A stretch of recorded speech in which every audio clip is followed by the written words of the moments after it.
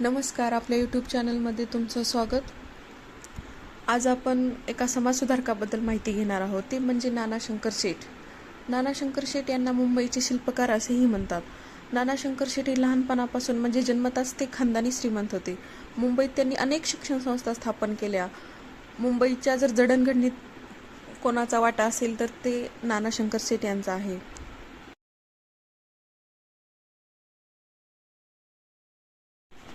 मित्रांनो, त्यांचा जन्म 10 फेब्रुवारी 1803 रोजी ठाणे जिल्ह्यातील मुरबाड या ठिकाणी झाला. आपण जरी त्यांना नाना शंकर शेठ या नावाने जरी ओळखत असलो तरी त्यांचे मूळ आडनाव मुरकुटे आहे. त्यांचे वडील हिऱ्याचे मोठे व्यापारी होते, परंतु दुर्दैवाने त्यांच्या आईवडिलांचे निधन झाले आणि सर्व जबाबदारी ही नाना शंकर शेठ यांच्यावर आली. पण त्यांनी त्या संपत्तीचा इतरत्र कुठे वापर न करता ती संपत्ती लोकांसाठी दान केली आणि लोकांच्या कार्यासाठी वापरली. म्हणून तर आज आपण त्यांना समाजसुधारक म्हणून त्यांचा अभ्यास करत आहोत. त्यांनी विविध क्षेत्रात काम केले. तसेच त्यांचे आता आपण शैक्षणिक कार्य बघूयात. त्यांनी बॉम्बे नेटिव्ह एज्युकेशन सोसायटीची स्थापना केली, ज्याचा उद्देश असा होता की मुंबईबाहेर शाळा सुरू करणे. त्यांना असं वाटत होतं की सर्वसामान्यांपर्यंत जर शिक्षण न्यायचे असेल तर ते मातृभाषेतूनच दिले जावे. त्यावेळेस एल्फिन्स्टन हे गव्हर्नर होते. 1824 साली त्यांनी एल्फिन्स्टन हायस्कूलची स्थापना केली. नंतर याचंच रूपांतर एल्फिन्स्टन महाविद्यालयामध्ये झालं. या महाविद्यालयातूनच दादाभाई नौरोजी, न्यायमूर्ती रानडे, लोकमान्य टिळक हे विद्यार्थी घडले.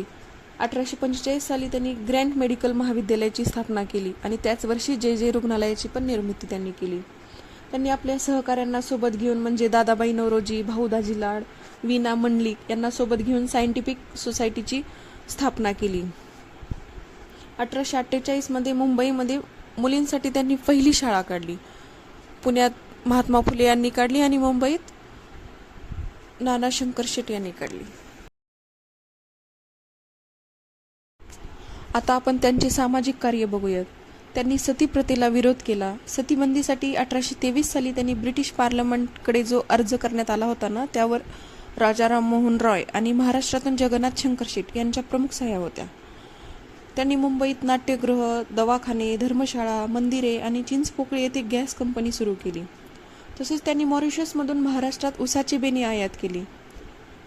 मुंबईत डासांचा उपद्रव होतो म्हणून त्यांनी उघडी गटारे बंद करायला लावली. तसेच त्यांनी आपल्या शहरासाठी म्हणजे मुंबईसाठी लंडनची पतदिवे आणले. स्वतः बादशाह थिएटरचे कर्ज फेडून त्यांनी मराठी नाटकांसाठी ते खुले केले. रेल्वे कचेरीसाठी तर त्यांनी स्वतःच्याच घरात जागा दिली. मुंबईच्या पाणी पुरवठ्यासाठी ग्रँट रोड जवळ त्यांनी एका तलावाची बांधणी केली. प्रिन्स अल्बर्ट म्युझियम, राणीचा बाग म्हणजेच व्हिक्टोरिया गार्डन पण त्यांनी उभारलं. त्यांचा भारतीय रेल्वेच्या जडणघडणीत मोठा वाटा आहे. आपल्याला लहानपणापासून सांगितलं जातं की इंग्रजांनी भारतात रेल्वे आणली, पण ही माहिती अर्धवट आहे. इंग्रजांनी फक्त रेल्वेची संकल्पना भारतात आणली होती, पण भारतात रेल्वे सुरू करण्याचं क्रेडिट हे एका भारतीय व्यक्तीला जातं, ते म्हणजे नाना शंकर शेठ यांना. 16 एप्रिल 1853 पहिली भारतीय रेल्वे ठाणे ते बोरी बंदर म्हणजेच सध्याचं छत्रपती शिवाजी टर्मिनस या मार्गावर धावली होती. दुपारी 3:30 वाजता ही पहिली रेल्वे बोरीबंदर स्टेशनहून ठाण्याकडे निघाली. साहिब, सिंध आणि सुलतान या 3 इंजिनांसह 14 डब्यांच्या गाडीनं 34 किलोमीटर अंतर पार केलं होतं. त्यावेळी ट्रेनमध्ये एकूण 400 प्रवासी होते, कारण ही प्रवासी गाडी होती. त्या ट्रेनमध्ये अनेक नामांकित ब्रिटिश अधिकाऱ्यांसह नाना शंकर शेठ होते. भारतीय रेल्वेच्या विस्तारासाठी आणि विकासासाठी त्यांनी त्या काळी आपली अमाप संपत्ती आणि जमीन दान म्हणून दिली होती. त्यांचे आता आपण राजकीय कार्य बघूयात.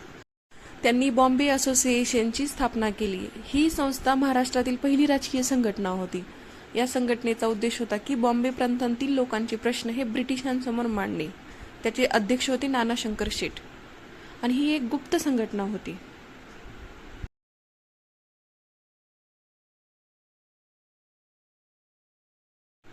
1861 मध्ये जगन्नाथ शंकर शेठ मुंबई काउन्सिलचे सदस्य बनले. असे सदस्यत्व मिळवणारे ते पहिले भारतीय ठरले.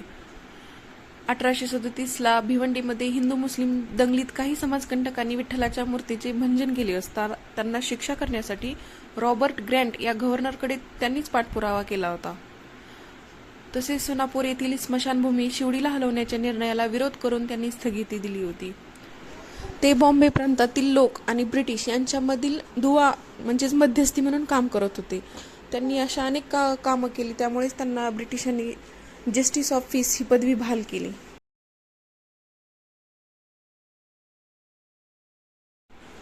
त्यांचा विविध संघटनांच्या स्थापनेत पुढाकार होता, जसे की ॲग्रो हॉर्टिकल्चर सोसायटी, चिंचपोकळी येथील gas agency, Geographical Society, Deccan Vernacular Society, Royal Asiatic society.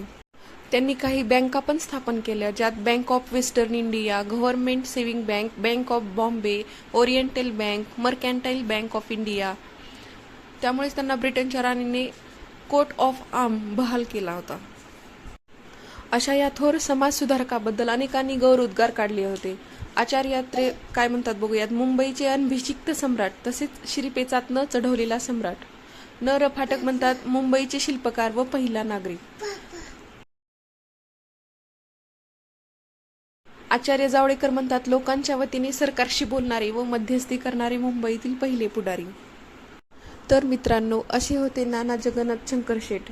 त्यांच्या विविध कार्यांचा आपण या व्हिडिओमध्ये डिटेलमध्ये अभ्यास केलेला आहे. तुम्हाला हा व्हिडिओ कसा वाटला हा नक्की कमेंट बॉक्समध्ये शेअर करा.